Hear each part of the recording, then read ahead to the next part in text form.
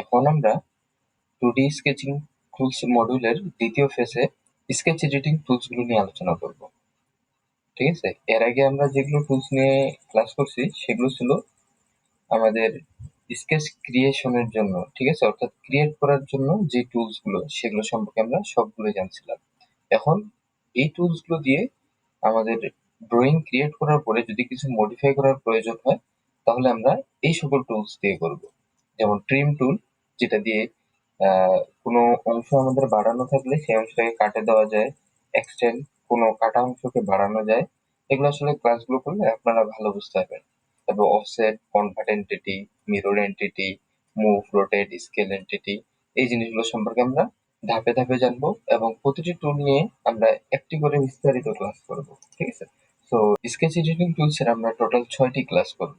ঠিক আছে, এখানে আপনারা 6টি ক্লাস দেখতে পাচ্ছেন, সিরিয়ালে দেওয়া আছে। এই ক্লাসগুলো আমরা ধাপে ধাপে করব বিস্তারিত। আজকের ক্লাসে আমরা ট্রিম টুলস নিয়ে আলোচনা করব। আজকের ক্লাসটি শুরু করার আগে আপনাদেরকে একটা জিনিস দেখাই দেই। এই যে আমাদের প্র্যাকটিস ফাইল, আমরা অলরেডি প্র্যাকটিস ফাইল তৈরি করছি। আপনাদেরকে বলছিলাম গত ক্লাসে আমরা প্রায় 250টার মতো 2D প্র্যাকটিস ফাইল করব। তার মধ্যে আমরা অলরেডি 77টি স্কেচ ফাইল তৈরি করছি পিডিএফ আকারে। আরো যেগুলো বাকি আছে ওগুলো আমরা ধাপে ধাপে করব। এই মডিউলটা, আমাদের এই স্কেচিং মডিউলটা শেষ হয়ে গেলে তারপরের মডিউলে আমরা জাস্ট স্মার্ট ডাইমেনশনিং টুলসটা দেখার পরেই আমরা আমাদের 2D প্র্যাকটিস গুলো করা শুরু করে দেবো। ঠিক আছে, এখানে ডাইমেনশনিং টুলস এর ক্লাসটা আমাদের প্রয়োজন, কারণ যেহেতু আমরা প্র্যাকটিস করবো আমাদের ডাইমেনশন গুলো দিতে হবে। সো ডাইমেনশনের ক্লাসটা আমাদের মাস্ট বি একটু করার লাগবে। তারপরে আমরা এই ক্লাসগুলো করব এবং আমাদের প্র্যাকটিস ক্লাস আমরা শুরু করে দেবো। সলিডওয়ার্কস সফটওয়্যারটা ওপেন করলাম, এখন একটি নতুন ফাইল ক্রিয়েট করলাম, করার পরে ফ্রন্ট প্লেনে জাস্ট স্কেচ নিয়ে নিলাম। আমাদের এখানে প্রথমে আছে ট্রিম টুল। ওকে, তো আমরা প্রথমে একটা ড্র করে নিই।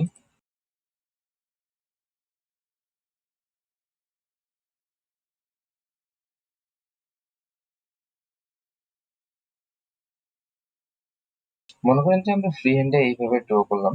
ড্র করার পরে আহ, আমরা চাচ্ছি যে এই বাইরে যে অংশগুলো আছে এই অংশগুলো আমার দরকার নেই, আমার শুধু এই ভিতরের অংশটা লাগবে, আমার বাইরের অংশগুলো লাগবে না। সো লাইনগুলো বড় হয়েছে না, সো এই বড় লাইনগুলোকে আমাদের কেটে ফেলতে হবে। কেটে ফেলার জন্য আমাদের একটি কমান্ড আছে, সেটা হলো ট্রিম কমান্ড। ট্রিম কমান্ডের এখানে বেশ কিছু অপশন আছে। তো প্রথমেটা হলো পাওয়ার ট্রিম, ঠিক আছে, যেটা সচরাচর আহ, সবাই একটু বেশি ইউজ করে। পাওয়ার ট্রিমটা, পাওয়ার ট্রিম দিয়ে কি হয়, আপনি জাস্ট মাউসের বাম বাটনটি ক্লিক করে ধরে ড্র্যাগ করলে আপনার এগুলো কিন্তু সব কাটে যাবে। যেটা যেটার উপর দিয়ে আপনি মাউসটা নিয়ে যাবেন ওগুলো লাইন আপনার কাটে যাবে। দেখেন, এগুলো চলে গেছে এবং আমাদের একটা রেক্ট্যাঙ্গেল তৈরি হয়ে গেছে। আমি একটু কন্ট্রোল জেড দিই, আবার সেম পাওয়ার ট্রিম দিয়ে আরো একবার দেখাই। আমরা যেটা যেটার উপর দিয়ে নিয়ে যাব মাউসটা সেগুলো কাটে যাবে। অবশ্যই কিন্তু আপনার মাউসের বাম বাটনটি চাপে ধরে রাখতে হবে। ঠিক আছে, কন্ট্রোল জেড দেই, আবার ট্রিম কমান্ড নেই। এখন আমরা যদি কর্নারটা সিলেক্ট করি, হুম, তাহলে কি হয় দেখেন, এই লাইনটাতে আমি জাস্ট ক্লিক দিলাম একবার এবং এই লাইনটাতে, এই দুইটা লাইন যেই জায়গায় একটা কোণ উৎপন্ন করছে, আমি আনডু করে দেখাই আপনাকে। এখানে দুইটা লাইন কিন্তু এই জায়গাটাতে একটা কোণ ক্রিয়েট করছে, অথবা আমরা বলতে পারি এই দুটা লাইন মিলে একটি বিন্দু উৎপন্ন করছে। ঠিক আছে, এই জিনিসগুলো কিন্তু আমরা জ্যামিতিতে করছিলাম। তো এই জায়গায় যে বিন্দুটা উৎপন্ন করছে এই জায়গায়, অথবা যে কোণটা উৎপন্ন করছে এই ক্লোজ, এই সরি কর্নার অপশনটা দিয়ে আমাদের এই কাজটা হয়। দুইটা লাইন সিলেক্ট করলে যে জায়গায় একটা কর্নার উৎপন্ন হয়েছে কিংবা কোণ উৎপন্ন হয়েছে ওই জায়গা পরের বাকি অংশগুলো ডিলিট হয়ে যাবে। ঠিক আছে, সেম এটা এবং এই লাইন সিলেক্ট করলাম, এটা ডিলিট হয়ে গেল আমাদের। ওকে, আমি এখানে একটু ড্রয়িং করে নিলাম, জাস্ট সিম্পল একটা জিনিস, যেন ট্রিমের এরপরে যে অংশগুলো আছে, সরি অপশনগুলো আছে, এই অপশনগুলো আপনাদেরকে সহজে বুঝিয়ে নিতে পারি। তো কর্নারটা আশা করি আপনারা বুঝতে পারছেন, পাওয়ার এবং পাওয়ার ট্রিম এবং কর্নার ট্রিমটা। এখন আমাদের একটা ট্রিম অপশন আছে, সেটা হলো ট্রিম এওয়ে ইনসাইড। এটা সহজভাবে যদি বলি, আপনি একটা বাউন্ডারি সিলেক্ট করে দিবেন, এই বাউন্ডারির ভিতরে যা কিছু থাকবে সেগুলো শুধু ডিলিট হবে। যেমন দেখেন, আমি এই লাইন এবং এই লাইন সিলেক্ট করে দিলাম, একটা বাউন্ডারি ক্রিয়েট করে দিলাম। এখন এই বাউন্ডারির মধ্যে যে জিনিসগুলো আছে শুধু সেগুলো আমি ডিলিট করতে যাচ্ছি। তাহলে জাস্ট ড্র্যাগ করে এই লাইনটাতে দিলে, এই লাইনটাতে যদি ক্লিক দিই তাহলে ভিতরের অংশটা ডিলিট হয়ে যাবে। আবার এই লাইনে ক্লিক দিলে ভিতরেরটা ডিলিট হবে। অর্থাৎ আপনি যে বাউন্ডারিটা অথবা যে এরিয়াটা দিছেন ওই এরিয়ার মধ্যে যে কোনো কিছু থাকলে সেটা ডিলিট হবে। যেমন এই লাইনটা, এই এরিয়ার মধ্যে শুধু এতটুকু অংশ আছে, শুধু এই অংশটা ডিলিট হয়েছে, বাইরের অংশগুলো কিন্তু ডিলিট হয়নি। সেম ভাবে এখানে ক্লিক করলে এটাও ডিলিট হবে। আমি আনডু করে নিলাম। এরপরে অপশনটা দেখানোর জন্য ট্রিমে গিয়ে এবার যদি এরপরে অপশনটা দেখি, এর আগেরটা ছিল ইনসাইড, এবার এটা আউটসাইড, দুটারই সেম কাজ। ইনসাইড এবং আউটসাইড শুধুমাত্র দুইটা সিলেক্ট করব।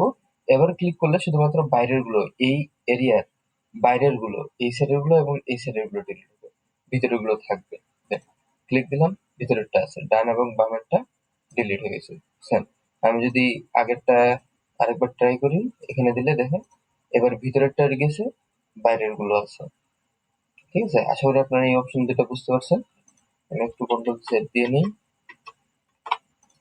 এখন ট্রিমের লাস্ট একটা অপশন আছে, ট্রিম টু ক্লোজড। অর্থাৎ আপনি যে লাইনটাতে ক্লিক দিবেন সেই লাইনটা